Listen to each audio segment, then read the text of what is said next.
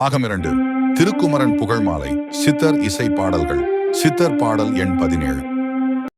பொறுமை காத்தான் பகை வெல்வான், பொறுமை இல்லான் பழி சுமப்பான்.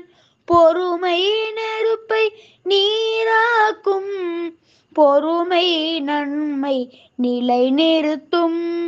பொறுமை கல்லை கனியாக்கும், பொறுமை சொல்லை செயல்படுத்தும்.